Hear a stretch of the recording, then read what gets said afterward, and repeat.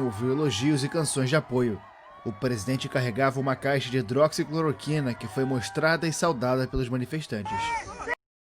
Então, quando a gente vê essa imagem do Bolsonaro saudando a cloroquina, né? A gente começa a ficar preocupado. Preocupado a gente já estava, né? Não começa não, já estava preocupado. Só que eu posso pegar essa deixa aí pra gente começar a falar do que tá acontecendo com os conceitos sobre os pensamentos, né? Da sociedade para a ciência, né? O que tá acontecendo? Bom, eu quero fazer uma pegada mais filosófica com isso, pensar sobre como que isso vai se sucedendo, pode influenciar o pensamento da humanidade. Para isso, eu vou começar falando sobre três coisas, que é o sujeito cognoscente, objeto cognoscível e a representação. O sujeito cognoscente é o sujeito que conhece, tá? Esse sujeito começou a entrar em pauta na filosofia lá no século mais ou menos 17, é porque antigamente, né, antes do século 17, o conhecimento era tratado como algo dado.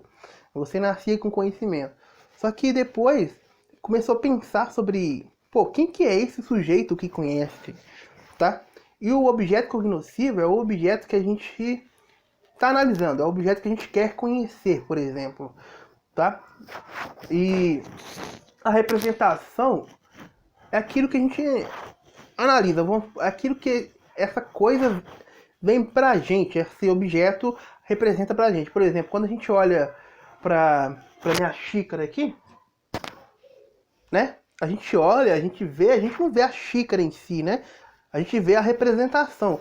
Porque pra gente ver a xícara em si, a xícara tinha que sair desse mundo exterior a mim, né?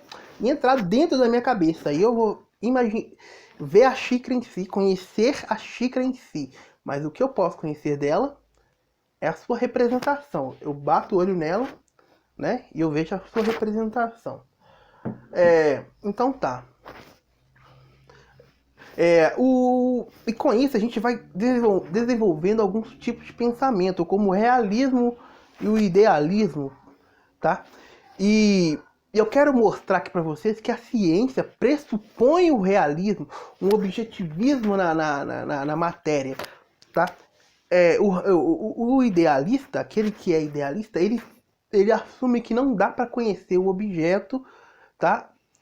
O que nós vemos são apenas uma forma de ilusão feita por nossa mente, por nossa consciência. E o realista não, ele assume que dá para conhecer o objeto sim, tá? O que nós vemos não é o objeto em si, tipo, o que nós vemos, a nossa percepção não conhece o objeto em si, mas, por exemplo, com a ferramenta como a ciência, a gente tem formas de conhecer o objeto de forma objetiva. Como nós, seres humanos, somos a medida de todas as coisas, o que eu quero dizer com isso? Nós somos o objeto, nós somos o ser que conhece, que tenta conhecer, né? Por exemplo, um passarinho, um cachorro, sabe que as coisas caem, tá? Mas só nós damos significado, damos símbolos matemáticos, interpretações matemáticas, para entender por que as coisas caem, tá? Nós sabemos que o fogo queima.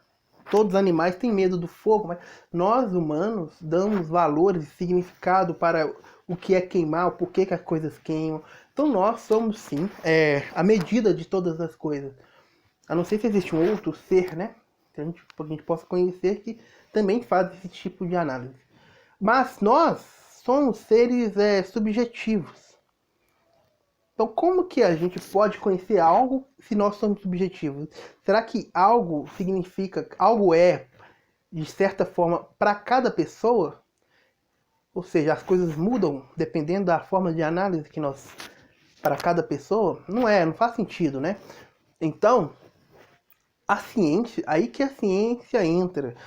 A ciência, ela busca a interpretação da realidade do mundo exterior a nós de forma objetiva. É como se ela fosse uma lente que tirasse toda a subjetividade humana para que a gente possa interpretar as coisas de forma objetiva. Quando eu olho, por exemplo, para essa régua aqui, essa régua, né? Ela é verde, correto? Ela é verde. Por que ela é verde? Porque a luz que está saindo da minha lâmpada bate nela e reflete o verde que bate nos meus olhos, no meu cone aqui, que meu cérebro interpreta a cor como verde. Mas esse verde é o mesmo verde que você vê e o que eu vejo? É o mesmo? Bom, não dá para saber de forma assim, pensando, né? Pensando, não dá para saber. Mas com a ciência eu sei que o verde, este verde, ele tem uma frequência que é calculável, que é objetiva, que eu posso analisar. Independentemente se é o mesmo verde que a gente vê, eu não posso afirmar com os meus sentidos que é o mesmo verde. Mas através da matemática, a gente calcular a frequência que a luz eletromagnética verde, da cor verde, emite, a gente vai entrar vai entrar em consenso. Porque é a mesma frequência, independentemente se é o mesmo verde que a gente vê, entendeu? Então, a ciência, ela interpreta de forma objetiva a realidade. E tem um idealista, por exemplo, que ele chama Berkeley, ele é um idealista, ele afirma que o ser só é ser quando ele é percebível. Por exemplo, a gente não sabe se uma árvore que cai lá no meio do mato do Amazonas, ela faz barulho porque não tem ninguém para perceber. Só que isso, a ciência também tem um exemplo muito interessante sobre isso, que é a descoberta de Netuno, né? Por exemplo, antes de descobrir Netuno, a gente descobriu Urano. Como é que a gente descobriu Urano? Vendo mesmo, a gente percebeu Urano. Ele não existia até a gente não percebê-lo, né? Então parece que Berkeley estava certo. Porém, Urano, com a linguagem matemática da física de Newton, começou a ter algumas anomalias no seu movimento. Tem um vídeo que mostra sobre isso, né? Um vídeo anterior que eu vou deixar aí. Então, poxa, o que está acontecendo? Será que então a ciência está errada? O objetivismo da interpretação matemática para o movimento do planeta está errado? O que está acontecendo?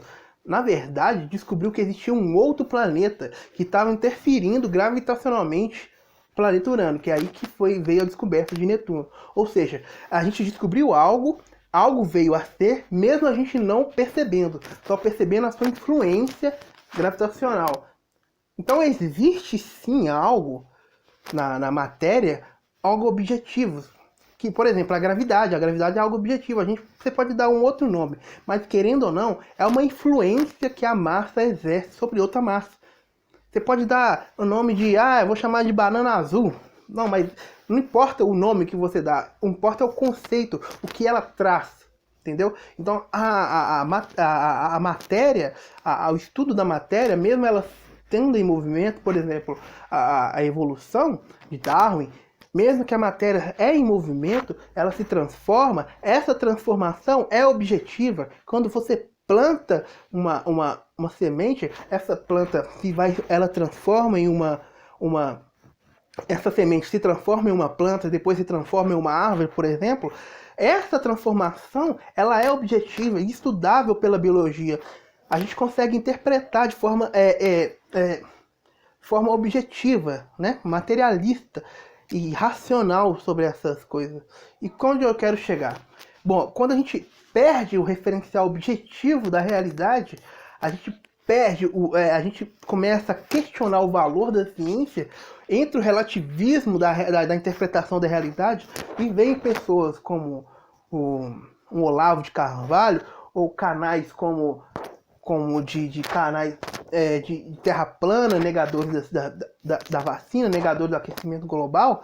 São pessoas que perderam o referencial objetivo da realidade, começa a pôr no mesmo patamar descobertas científicas sérias e e começa a pensar que são do mesmo nível, o mesmo nível de conhecimento, sendo que não. A ciência ela tem um nível maior, sim, porque por buscar uma interpretação objetiva da realidade.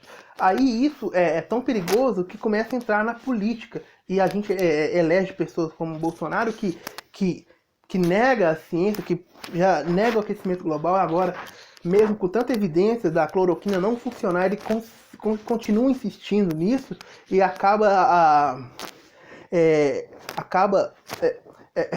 saudando a cloroquina e desvalorizando, por exemplo, o distanciamento social. Isso é a perda de um referencial objetivo da interpretação da realidade, sabe? E isso começa a menosprezar a voz, a importância da voz da ciência, entendeu? Então apenas uma abordagem que eu quero falar aqui que pode ser interessante para alguém aí.